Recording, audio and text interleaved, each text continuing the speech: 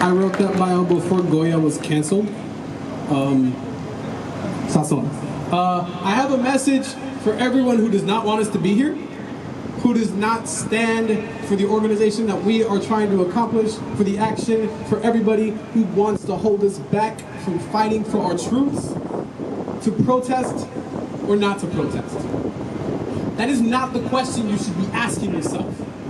Whether 'tis nobler in the mind to suffer the slings and arrows of injustice, or to take arms against the sea of oppressions and by opposing put an end to what should have never even happened in the first place, shouldn't be up for debate.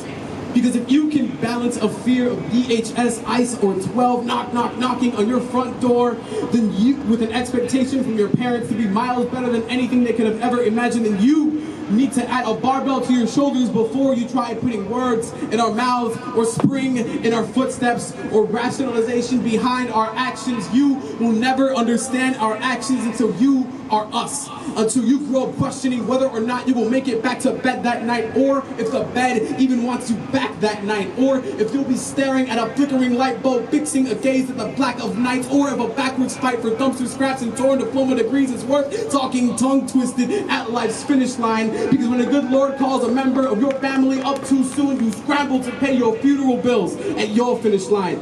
But you don't have anything left over to pay respect, because respect was lost when y'all set up an ID checkpoint at Addison Red Line to handcuff our cousins for existing, for commuting, for paying your taxes, for being citizens, for not naming our kids Mason over Moctezuma, for existing, for praying, for crying over our fallen beloveds, for crawling out of coffins, for brawling with our demons, for fighting for freedom, even when Eden kicked Adam and Eve out, for being heathens, for existing, for going out of our way to hug someone who isn't even breathing. Don't tell me that anyone is deserving of grief.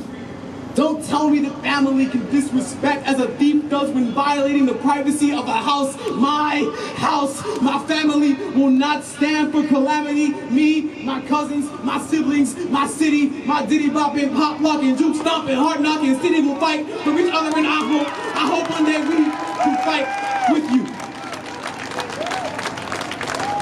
Remember that when Robert Kennedy was assassinated for siding with Cesar Chavez and the movement for the workers' union, we continue the fight. Remember that when Dr. King had his dream snuffed out on a Memphis motel balcony, we continue the fight. Remember that when World Trade Center 1 and 2 were brought down in symmetrical piles of ash, we continued the fight for you. So don't ask us why we need to protest or why protesting is even an option. If in 1789, white men in whiter wigs saw it necessary to include protests in the very first amendment, y'all can let us live in the country we are fighting to make great again.